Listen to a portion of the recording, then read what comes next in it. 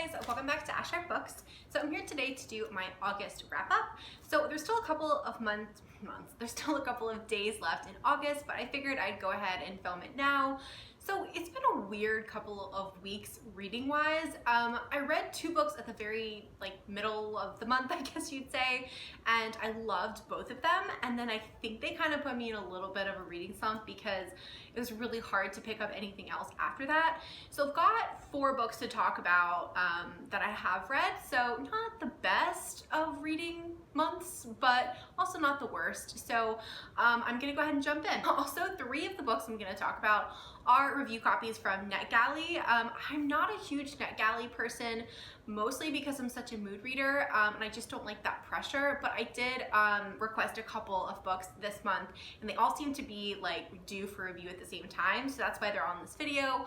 I feel like I might do a whole video on NetGalley because I love it. I think it's amazing, but personally I just don't do well with being under pressure to read something, and so I don't think I'm gonna really request very much in the future because I don't know, it just kind of takes away the fun for me personally, but I know some people absolutely love reviewing. But having said that, I did love the books that I just read. The first book is called Bringing Down the Duke by Evie Dunmore. This book comes out on September 3rd, and this is really the reason I went on NetGalley in the first place, to see if it'd be possible at all to get a review copy, because I was so excited to read this book, and I was like, ooh, I wonder if I can get it early. And honestly, I really didn't think I would be approved for it because it seems like it's pretty hyped right now. But I was really lucky, and I did get approved for it, which I was super excited about. So Bringing Down the Duke is historical romance, and I love the cover. I'll put a picture up. It's so pretty, and I definitely want to go buy a finished copy when it comes out next week, I believe it is. This book follows our main character, Annabelle, who is from, I'd say, middle to lower class standing, and she lives with her cousin. Her father was a vicar, and when he passed away, basically everything went to her cousin, and she's kind of at the start of this book acting as his pretty much maid. She's helping raise his kids, like their nanny, pretty much anything that has to be done, she's doing it. It's not the best life. She has food on the table, but it's not like she has that much extra money and no money of her own. But this is also the time when Oxford was starting to accept females into the program. So they did not get the prestigious housing or the nice classrooms, but they were allowed to start entering the school.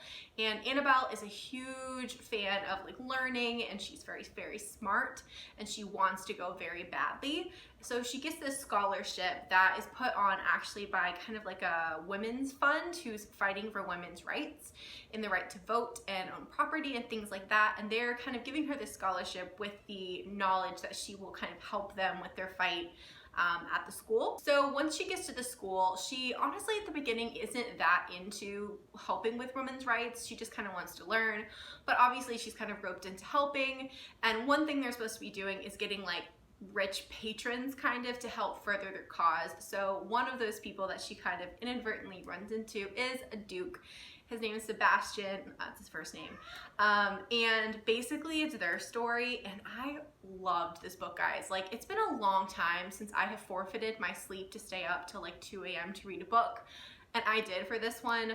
5 out of 5 stars. One of my favorite historicals, especially of the year. I love that Annabelle was from a middle class standing, and that she wasn't aristocracy, and that played a really big part in this book, because I think sometimes in romances it's oh, she's lower class and he's higher class, it's okay, there's no problem, it'll be fixed with snap of a finger. And I just don't think that's always realistic, because even though it seems silly to us now that that's a problem, back then it was a very big thing. I mean, he's a duke and she was not anywhere near that. So that was probably I'd say the biggest kind of conflict. I don't think that's spoiling anything. We kind of saw that one coming, but how they dealt with it I thought was just really well done. I loved the romance. I loved the ending. I love this book so much. Go pick it up on September 3rd. Highly recommend. So the next book I read was another historical romance, and it's called The Lady and the Highwayman by Sarah Eden. And I have seen this author around a little bit, but I haven't actually read anything from her before, and this cover really drew me in because I just really liked it. So this one to me is a little different for historical romance. It is definitely a romance, I would say, but There's a lot more going on in this plot than just the romance. I honestly think it's really heavy on like the historical fiction half of it, and then the romance is in there as well. It's also a super slow burn, so if you want that, go for it. And also, it has very, very little adult content at all, so if you're looking for something that's maybe a little bit like toned down on the steamy front, this one will be a great choice. So basically, in The Lady and the Highwayman, this book revolves around authors of penny dreadfuls. So two authors in particular. We have Fletcher, who is currently the like top dog in the penny dreadful world, and he is part of this kind of like secret society of penny dreadful authors who actually help kind of the kids of, or the streets, like the street kids that have no one else to help them and stand up for them. He's also from the streets himself and has kind of made a name for himself, and he's doing quite well. And then we have our female character, Elizabeth, who is actually like the headmistress of a girls' school, and she writes kind of like higher brow, kind of more sophisticated books and stuff. Basically, throughout the story, there's also a character named Mr. King, and he is kind of a rising person in the penny dreadful world. And they're all trying to figure out who he is. And it's the Society of Penny Dreadful Authors is all like, why isn't he part of our like group? Where is he? And he's very mysterious. So basically, there's a lot more to the story, but that's kind of like the bare bones of it.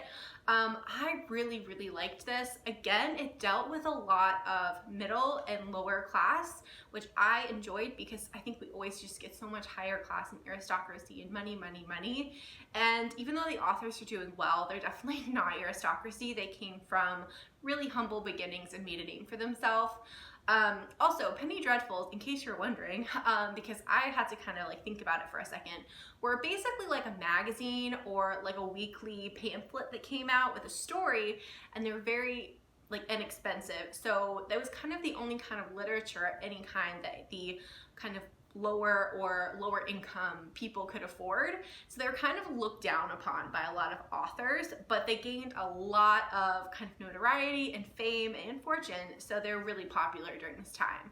So I just thought this was so unique, and I really loved the idea of it. I thought it was really different from anything I've read recently in the historical romance realm. So it comes out September 3rd, and I will for sure also be buying a finished copy of this one. Next book I read was Waiting for Tom Hanks by Carrie Winfrey. This is actually the pick for the Lovely Ladies book club that I'm a part of with Averie, Stacy, and Jen.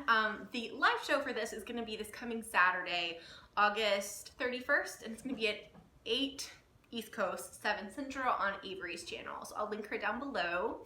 So I'm going to keep this brief on this because obviously we're going to talk extensively about it. But I did enjoy this. I gave it 4 stars. I feel like my feelings are mixed on this because in one way it's exactly what I thought it would be, which was a very lighthearted, fun, fluffy read. Like if you want something to sit by the pool, or now as we're going into fall, just sit on a couch for the weekend and just fly through with cute, adorable characters, this is your romance. Like, this is for you. I really like the Tom Hanks references and stuff.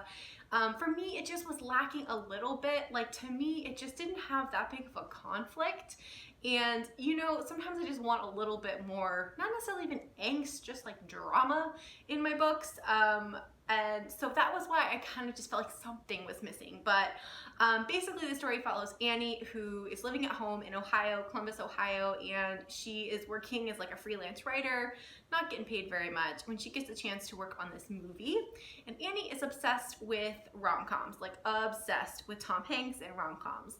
And she's just waiting for her Tom Hanks to come along, and lo and behold, she meets this lead actor named Drew, and he is nothing like what she thought she would want, and basically the story goes from there. So, like I said, if you're interested, come hang out with us on Saturday. I really did enjoy it. It just wasn't my favorite, and it was a little forgettable, if you know what I mean. Like, I just feel like it's not going to be one that I'll maybe reach for again, but it was really fun when I read it. Last book I wanted to mention, I'm almost done with, and it's another review copy for NetGalley. I also think I forgot to mention The Lady and the Highwayman was also a review copy for NetGalley. So this one is called It Won't Be Christmas Without You by Beth. I think it's like Reckless?